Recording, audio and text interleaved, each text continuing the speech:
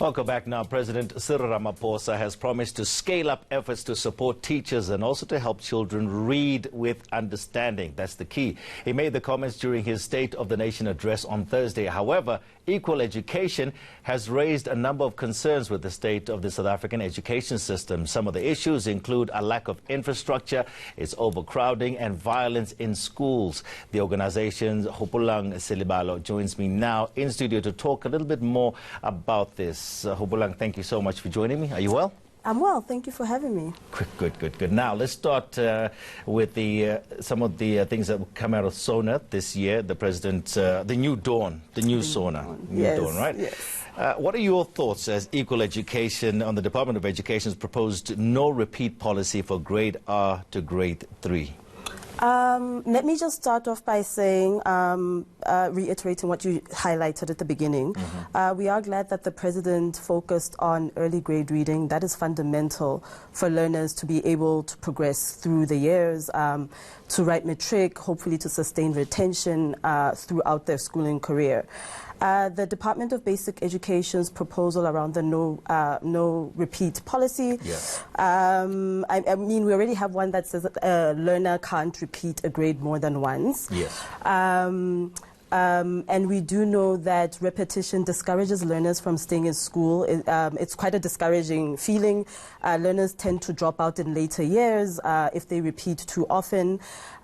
So that being said, however, there's obviously issues around progressing a learner when they're not ready to move on to another grade, particularly in the foundation phase, particularly when we know that South African learners are struggling with reading.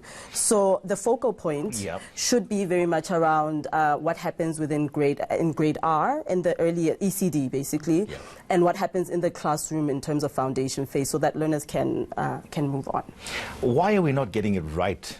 Foundation phase, just, you know, why are kids not being able to read and understand what they're reading? What's going on? Is it the quality of the teachers that we have? Where is the problem? Teachers definitely need support. That's why we're glad that the president mentioned the early grade reading study, which has found that there's a triple cocktail that's provided. The study has revealed that learners are 40% ahead of their peers that don't have the intervention, or this triple cocktail, which consists of lesson plans, reading materials for teachers, an expanded basket of reading materials for teachers, and on-site coaching. That's one element of it. And that learners come into grade R not very well prepared. Again, we've spoken about 2 years of compulsory early years, grade R.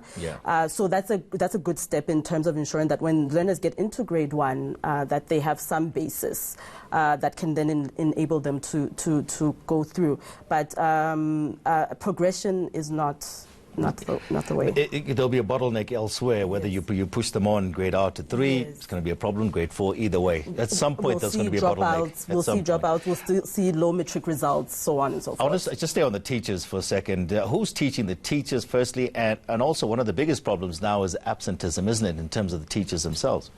Yes, so the school monitoring survey found that there's high teacher absenteeism. That's obviously something that needs to be addressed by the state.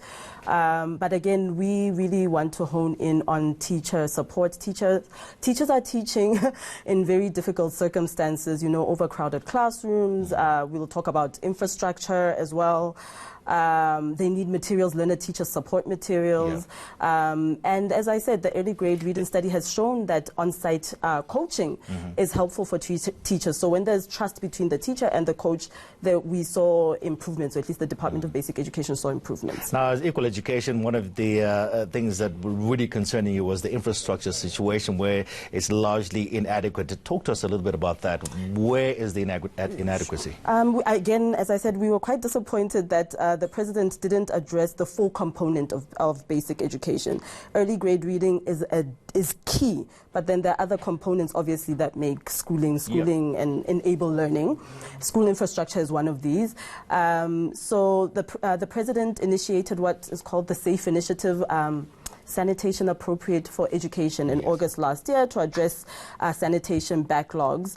So we have this going on in tandem with the norms and standards for school infrastructure. But he didn't speak about that. We have provincial education departments that are not complying with the norms and standards. The Minister of Basic Education said quite mockingly after SONA that she will address 1,000 schools per year in terms of sanitation provision.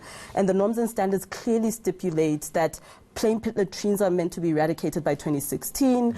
By 2020, all schools are supposed to have adequate services, electricity, water, sanitation, an adequate number of classrooms to prevent overcrowding, fencing, so which is one of the interventions, of course, one of several interventions that may address the spate of violence that we're seeing in schools. I mean, you're looking at only 59% of our schools comply with the determined minimum infrastructure, what you're talking about now, only 59%. Are we talking about schools mainly in the rural areas here? Are we talking about poor communities?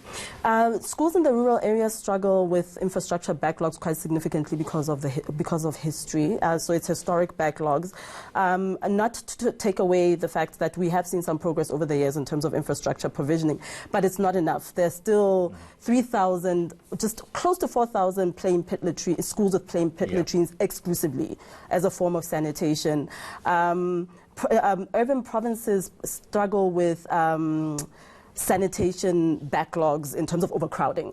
So you find toilets are not flushing, the ratio of learners to toilets is ridiculous. Overcrowding is also quite a big issue in urban provinces as well. Okay, but there has been some progress. There has been some progress, Okay, yes. all right, fantastic. Thank you so much.